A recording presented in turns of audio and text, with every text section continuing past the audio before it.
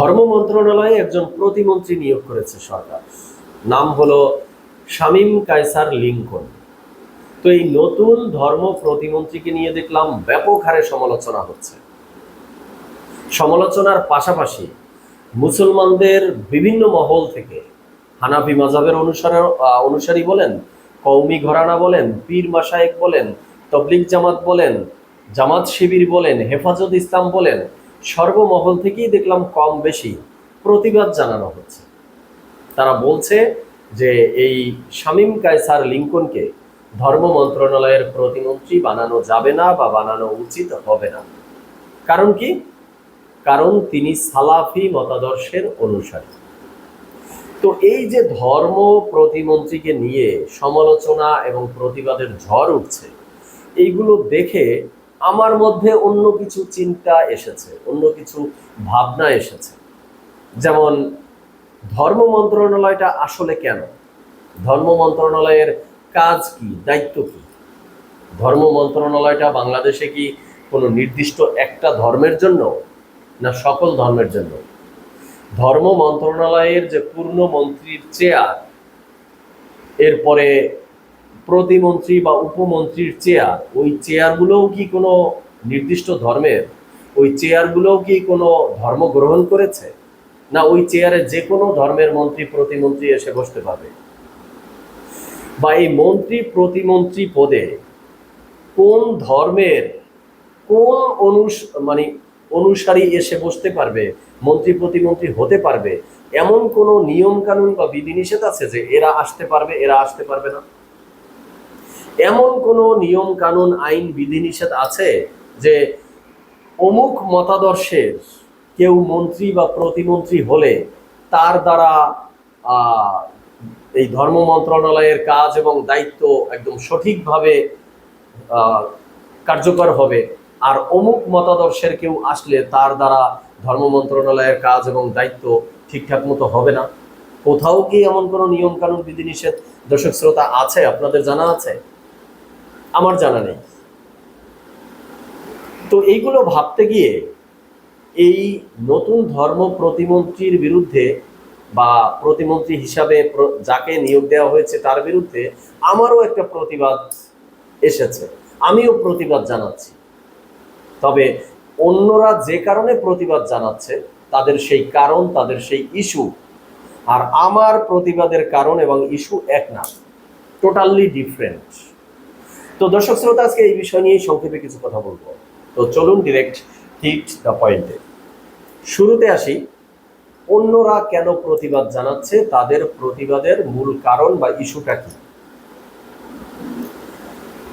আমরা জানি যে ইসলাম ধর্ম বলেন বা অন্যান্য যে ধর্মই বলি না কেন, সকল ধর্মের মধ্যেই আকীদাগত দিক থেকে, বিশ্বাসের দিক থেকে, ধর্ম পালনের দিক থেকে বিভিন্ন মতাদর্শ রয়েছে, বিভিন্ন স্কুল অফ থট রয়েছে।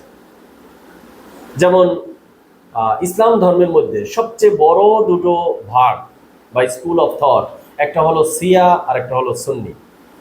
যাই হোক, আমি সেই বড় আলোচনায় যাব না, ডিরেক্ট আমি বাংলাদেশের প্রেক্ষিতে চলে আসছি। বাংলাদেশে ইসলাম ধর্মের মধ্যে, মুসলমানদের মধ্যে যে বিভিন্ন স্কুল অফ থট গুলো রয়েছে, যেমন হানাফি মাযহাবের অনুসারী। আমরা জানি যে প্রসিদ্ধ 4টি মাযহাব আছে ইসলামে: হানাফি, শাফি, হাম্বলি, মালিকি। তবে বাংলাদেশে হানাফি মাযহাবের অনুসারী বেশি। বাকি 3 মাযহাবের অনুসারী বাংলাদেশে আছে কিনা আমার জানা নেই, অন্য অন্য দেশে আছে। তো এই হানাফি মাযহাবের অনুসারী বাংলাদেশে যারা আছে, তারা এই ধর্ম প্রতিমন্ত্রীর বিরুদ্ধে প্রতিবাদ জানাচ্ছে। তাদের কারণ হলো ইনি সালাফি মতাদর্শের অনুসারী, তাই তাকে প্রতিমন্ত্রী বানানো উচিত হবে না। আবার কওমি ঘরানার যারা রয়েছে, বিশেষ করে হেফাজত ইসলাম, তারাও দেখলাম প্রতিবাদ জানিয়েছে যে সালাফি আকীদার একজনকে ধর্ম প্রতিমন্ত্রী বানানো ঠিক হবে না। এই একইভাবে পীর মাশায়েখ পন্থী যারা রয়েছে, তবলিগ জামাত পন্থী যারা রয়েছে, জামাত শিবির যারা রয়েছে, এই যে বিভিন্ন ইসলাম ধর্মের বা মুসলমানদের মধ্যে স্কুল অফ থট বা মতাদর্শের ভিন্নতা, সর্বমহল থেকেই এই ধর্ম প্রতিমন্ত্রীর বিরুদ্ধে প্রতিবাদ জানানো হচ্ছে। কারণ একটাই, তাদের ইস্যু একটাই, সেটা হলো এই প্রতিমন্ত্রী সালাফি মতাদর্শের অনুসারী। তাহলে এবার আমাদের একটু জানা প্রয়োজন যে সালাফি মতাদর্শ এটা আবার কি। এটাও এই মুসলমানদের বা ইসলাম ধর্মের একটা স্কুল অফ থট, একটা মতাদর্শ। এটা কারা, এদের মতাদর্শে কি আছে? বাংলাদেশে আহলে হাদিস নামে একটা আলাদা মতাদর্শ রয়েছে, আমরা জানি। এদেরকে লামাজাবিও বলা হয় অনেক সময়। তাদেরই আসলে আর একটা নাম হলো এই কি বললো, সালাফি। সালাফি আহলে হাদিসের মধ্যেও আবার সূক্ষ্ম সূক্ষ্ম কিছু পার্থক্য থাকলেও থাকতে পারে, আমি জানি না। বাট মোটা দাগে যদি আমরা দেখি তাহলে লামাজাবি বলতে যা বোঝায়, সালাফি বলতে তাই বোঝায়, আর আহলে হাদিস বলতে তাই বোঝায়। তো এই যে অনন্য যত স্কুল অফ থট বা মতাদর্শ রয়েছে ইসলামের বা মুসলমানদের মধ্যে, তারা সবাই কেন সালাফি মতাদর্শ বা আহলে হাদিসদের বিরুদ্ধে? আহলে হাদিস বা সালাফি মতাদর্শের একজনকে প্রতিমন্ত্রী বানাতে তাদের এত আপত্তি কেন, এত প্রতিবাদ কেন? ওই যে ধর্মীয় অনুশাসন, আকীদা, বিশ্বাস ইত্যাদিতে অনেক মত পার্থক্য রয়েছে।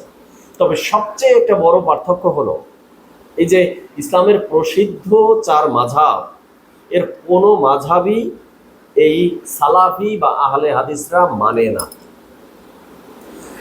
সালাফি বা আহলে হাদিসরা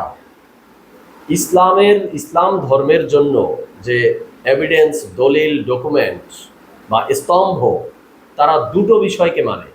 একটা হলো কোরআন, আর একটা হলো হাদিস, তবে সহিহ হাদিস, স্ট্রং এবং শক্তিশালী হাদিস। কোনো জয়ীব বা দুর্বল হাদিসকে তারা খুব বেশি মানতে চায় না। আর অন্যান্য যত স্কুল অফ থট রয়েছে, এই যে বললাম যে হানাফি, কওমি, পীর মাশায়েখ বা তাবলিগ জামাত, জামাত শিবির যাই আছে, এরা আবার কোরআন হাদিসের পাশাপাশি ইজমা, কিয়াস, ফিকা এগুলোকেও ইসলামের স্তম্ভ হিসাবে মানে। আর ওই আহলে হাদিস এবং সালাফিরা বা লামাযহাবি যাদেরকে বলা হয়, তারা এগুলোকে বলে বেদাত। নিশ্চয়ই দর্শক শ্রোতা, এই শব্দটা আপনাদের সবার পরিচিত, কারণ আমরা ওয়াজ মাহফিলের ময়দানে ওয়াজিনদের মুখে এগুলো শুনি যে এক ওয়াজিন, এক মতাদর্শের ওয়াজিন আর এক মতাদর্শের ওয়াজিনকে লক্ষ্য করে বা আর এক মতাদর্শের অনুসারীদেরকে লক্ষ্য করে বলে যে এটা বেদাত, ওইটা বেদাত, ওইটা বেদাত, এটা করা যাবে না, ওইটা করা যাবে না।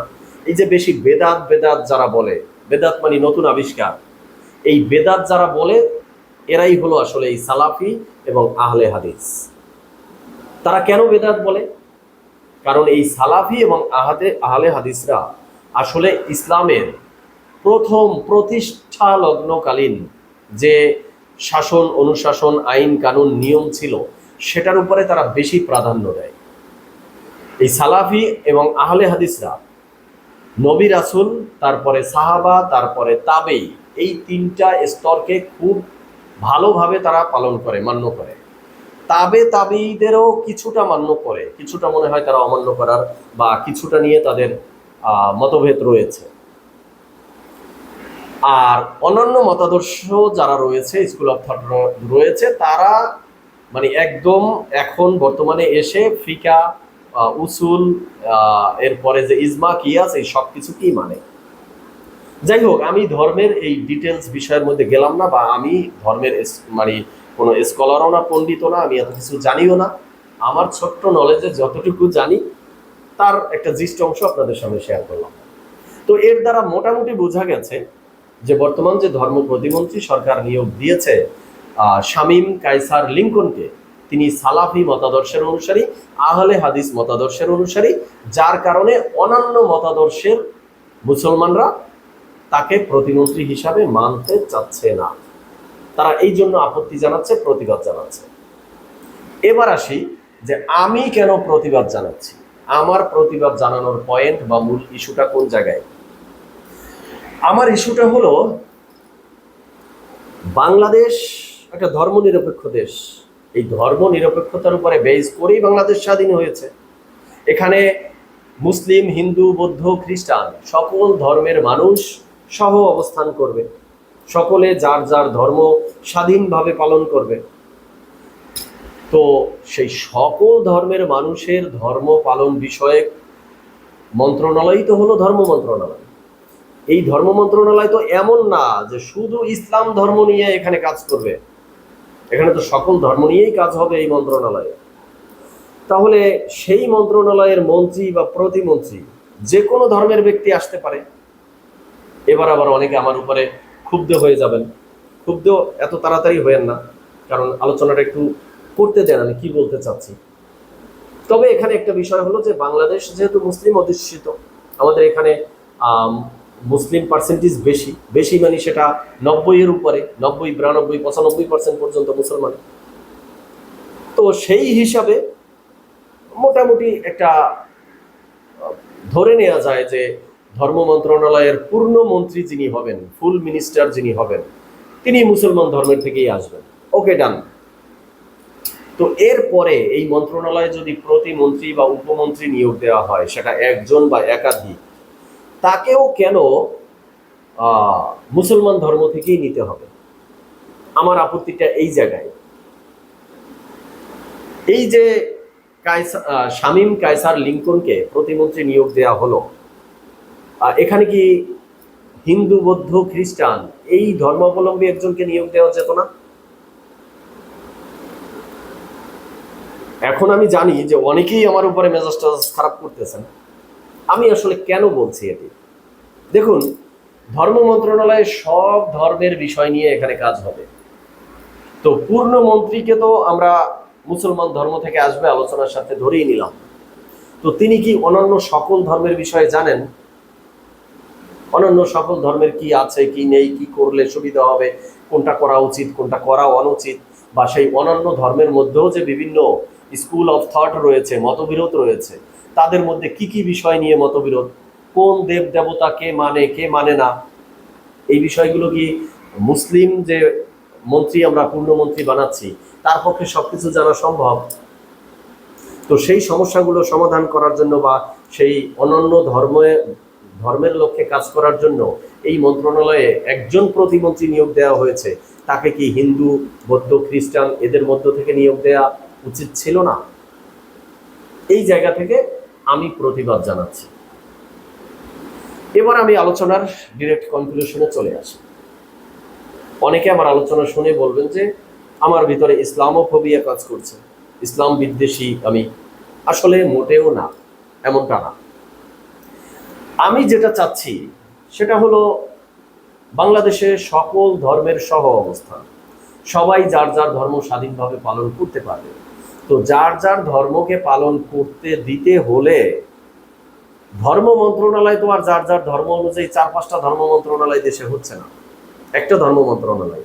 সেখানে সব ধর্মের মন্ত্রী হোক, প্রতিমন্ত্রী হোক, উপমন্ত্রী হোক, সচিব হোক, সব ধর্মের থেকে একজন একজন নিয়ে নেওয়া ভালো না? এটার একটা বাস্তব মানে উপকারিতা আমি বলছি, আমার চিন্তা চেতনার উপকারিতাটা একটু বলছি। ডক্টর ইউনূসের সময়ে যে ধর্ম উপদেষ্টা ছিলেন তিনি একজন মাওলানা সাহেব ছিলেন। তো ধর্ম মন্ত্রণালয়ের দায়িত্ব তার, তিনি যেহেতু শুধু ইসলাম ধর্মের জন্য ওই মন্ত্রণালয়ে বসেননি, অন্যান্য ধর্ম ওই মন্ত্রণালয় দেখতে হবে। তাই তাকে কিন্তু ঢাকেশ্বরী মন্দিরে পূজা যখন চলছিল তখন তাকে সেখানে যেতে হয়েছিল। নিশ্চয়ই দর্শক শ্রোতা আপনাদের মনে আছে, সেটি নিয়ে কিন্তু তখন ব্যাপক সমালোচনা হয়েছিল। সমালোচনার মুখে সেই ধর্ম উপদেষ্টাকে, মাওলানা সাহেবকে পড়তে হয়েছিল যে তিনি একজন মাওলানা হয়ে একজন গ্রহণযোগ্য সম্মানিত আলেম হয়ে তিনি মন্দিরে কিভাবে গেলেন। আচ্ছা বলুন তো, মন্দিরে সে না গিয়ে উপায়টা কি? ওই মন্ত্রণালয়ে কি অন্যান্য ধর্মের ব্যক্তিদেরকে নিয়োগ দিয়েছিলেন? যদি থাকতো তাহলে মন্ত্রী সাহেব, মাওলানা মানে বা উপদেষ্টা সাহেব নিজে না গিয়ে তাকে দায়িত্ব দিতে পারত যে পুজো হচ্ছে, এই বিষয়টা আপনি দেখুন, যেহেতু এটা আপনার ধর্মের সাথে যায়। বা খ্রিস্টান ধর্মের কিছু হচ্ছে, ওখানে খ্রিস্টান ধর্মের যিনি থাকবেন তাকে পাঠিয়ে দিত যে এই বিষয়টা আপনি দেখবেন। তো এই যে একটা গুড ডিস্ট্রিবিউশন, এটা করতে হলে তো ধর্ম মন্ত্রণালয়ের সকল ধর্মের থেকেই নিয়োগ দিতে হবে। বা এই যে আপনারা দিতে চাচ্ছেন না, এখন মন্ত্রী আছে কে? পূর্ণমন্ত্রী কায়কোবাদ সাহেব। আর পূর্ণমন্ত্রী বানালেন কাকে? শামীম কায়সার লিঙ্কনকে। তো এরা দুইজনেই তো মুসলমান, দুইজনেই আলেম। তো এখন যদি মনে করেন সামনের পূজার অনুষ্ঠানে বা বৌদ্ধ খ্রিস্টানদের কোনো একটা অনুষ্ঠানে কাউকে যেতে হয়, কে যাবে বলুন তো? মন্ত্রী সাহেব যাবে, আপনারা সমালোচনা করবেন না? প্রতিমন্ত্রী যাবে, আপনারা সমালোচনা করবেন না? তাহলে ওখানে কাউকে না কাউকে তো যেতে হবে ধর্ম মন্ত্রণালয় থেকে। তো আমি মনে হয়, আমি কেন আপত্তি করেছি এবং আমি কেন ধর্ম মন্ত্রণালয়ে সকল ধর্মের ব্যক্তিদের নিয়োগ চাই, এটা মনে হয় বুঝাতে পেরেছি। তো সরকারের প্রতি উদাত্ত আহ্বান জানাবো, এই বিষয়টি নিয়ে নিউট্রালভাবে ভেবে চিন্তে দেখবেন এবং সকল ধর্মের থেকে, বাংলাদেশের যত ধর্মের অনুসারী আছে, সংখ্যা কম হোক বেশি হোক, সেই সংখ্যার অনুপাতে ধর্ম মন্ত্রণালয়ে সকল ধর্মের থেকেই প্রতিনিধি নিয়োগ দিবেন দয়া করে। এটা ভালো হবে, দেশের জন্য, দেশের ধর্ম চর্চার জন্য ভালো হবে বলে আমি মনে করি। তো দর্শক শ্রোতা, আজকে এ পর্যন্তই। আপনারা আপনাদের মতামত জানাবেন। সবাই ভালো থাকবেন, সুস্থ থাকবেন। ধন্যবাদ সবাইকে।